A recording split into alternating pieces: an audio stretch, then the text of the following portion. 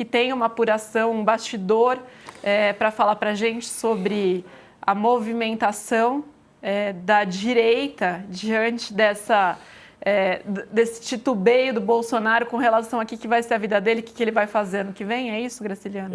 Pois é, Bia, existe uma direita que já está pensando na vida naquele momento pós-Bolsonaro.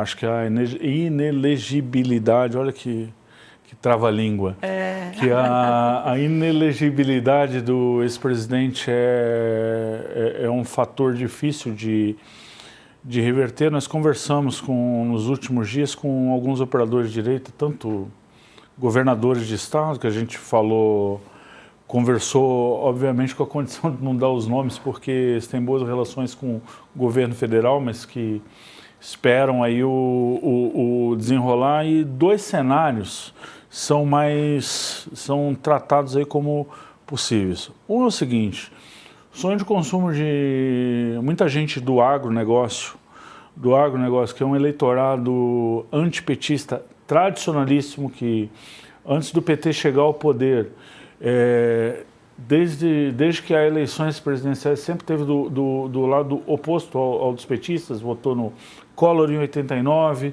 nos tucanos, no Fernando Henrique em 94, 98, foi uma fortaleza tucana durante todos os governos do Lula e da Dilma. Esse voto, sonho de consumo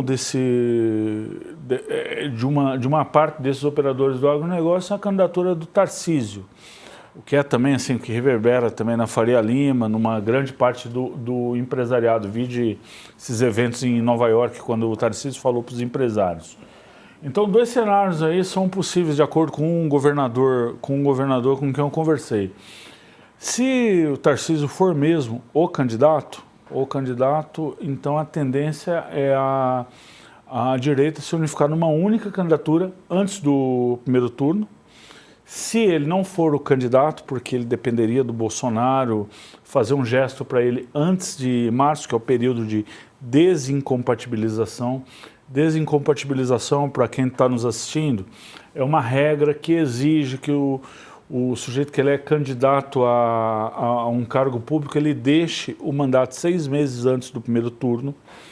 Se esse sinal do Bolsonaro não vier e o Tarcísio for candidato à reeleição, como ele tem dito publicamente, aí a tendência, um governador me disse, é que haja uma profusão de candidatos de direita, centro-direita, como Ronaldo Caiado, de Goiás, que não tem mais reeleição em Goiás, o Ratinho Júnior no Paraná, que é do PSD, do Kassab, que também não tem reeleição, e talvez o Eduardo Leite também, que a gente até recebeu aqui no programa, que também não tem reeleição como governador. Então, assim, se não é o Tarcísio, é provável que esse campo político da direita ele rache no primeiro turno em mais de uma candidatura, né? Considerando sempre que até agora esse governador que a gente conversou, ele falou que o Lula ele não deve ser subestimado, porque mesmo com o Lula, muita gente considerou ele carta fora do baralho depois da prisão. O que aconteceu depois é que ele venceu o Bolsonaro. Pela primeira vez, um presidente da República não conseguiu uma reeleição. Então, essa é nesse mundo dos operadores da direita, tem gente sonhando com o pós-bolsonarismo, o pós-Bolsonaro, pelo menos com o Tarcísio. Se o Tarcísio é esse nome mesmo ou não, ninguém sabe. Então, basicamente, outros possíveis pré-candidatos abririam mão de concorrer se fosse o Tarcísio? Eles acreditam que, tipo assim, o Tarcísio hoje é o mais bem posicionado, porque, por exemplo, se eu olhar o último Datafolha, o Tarcísio é mais bem posicionado. É óbvio que uma pesquisa sobre segundo turno da eleição, mais de um ano antes, ele só interessa para 2 tipos de seres humanos abjetos: os políticos e os jornalistas. A maioria da população está pensando em cuidar da vida, pagar as contas, etc. Então, assim, o Tarcísio aglutinaria melhor, a tese desse governador é que o Tarcísio aglutinaria melhor essas forças do campo de direita. Onde é que tem um problema?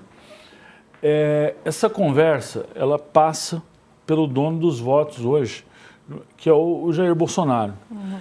E esse governador, eu perguntei para ele, quem é que fala isso para o Bolsonaro?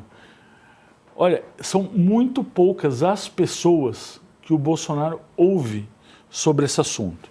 Ele ouve uma parte da família dele, como Flávio Bolsonaro, que é o filho senador, é o filho senador e o mais pragmático da família. Que deu uma entrevista recentemente, o Lauro até mencionou. É uma entrevista importante a do Flávio Bolsonaro, porque até essa entrevista não tinha ninguém da família do Bolsonaro que admitia a mais remota hipótese publicamente de que o Bolsonaro não fosse candidato mesmo inelegível. Ele veio com a história de, não, pode ser, mas aí tem que ter indulto e tem que enfrentar o Supremo. E já tem uma mudança aí de, olha, pode ser, talvez... Costurando o que eles querem. A condição pode ser impossível, mas já tem uma condição aí, já tem uma condicional. Então ele ouve pouca gente, ele ouve o Flávio Bolsonaro, o Jair Bolsonaro, uma outra pessoa que ele escuta bastante é o ex-ministro Rogério Marinho. Ele acha o Rogério Marinho ponderado, é um sujeito que entende de Brasília, de fato, entende mesmo, porque na época do governo Temer, quem tocou a reforma da Previdência, que era muito espinhosa, foi o Rogério Marinho, foi um cara importante no Ministério do Bolsonaro durante o governo. Valdemar da Costa Neto, presidente do PL, houve, mas com algumas ressalvas, segundo a minha apuração, com algumas ressalvas, mas assim... Então, é uma conversa muito difícil para alguém ter com o Jair Bolsonaro nesse momento, esse entorno dele. Então, a situação do Tarcísio ser candidato ou não é bastante enroscada.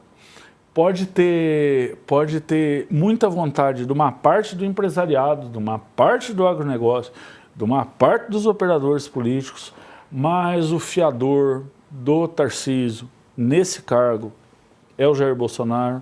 E esse é um complicador, é uma coisa difícil, porque em algum momento acredita-se que alguém vai chegar no Bolsonaro e com o tempo passando, mas esse tipo de previsão é melhor ninguém se agarrar a nenhuma dessas previsões, porque é muito volátil, né? É um cenário que pode mudar a qualquer momento, ninguém sabe qual o desfecho desse processo do Bolsonaro, né? Mas o Flávio Bolsonaro deu a senha, né? Se o Tarcísio falar que ele topa o indulto... Mas isso é uma conversa difícil, né, Mariana? Porque às vezes ele dá a senha, mas assim, o que se espera do Tarcísio é uma fidelidade, que muita gente do entorno do Bolsonaro acha que o Tarcísio já está voando... muito independente, sabe? Eu não sei, é muito melindroso, porque esses líderes políticos, como Jair Bolsonaro, fidelidade e lealdade é uma coisa que eles não só valorizam muito, eles fazem política desse jeito, porque assim, o Tarcísio não existia politicamente antes dele ser ministro do Bolsonaro e antes do Bolsonaro apostar na candidatura dele para o governador.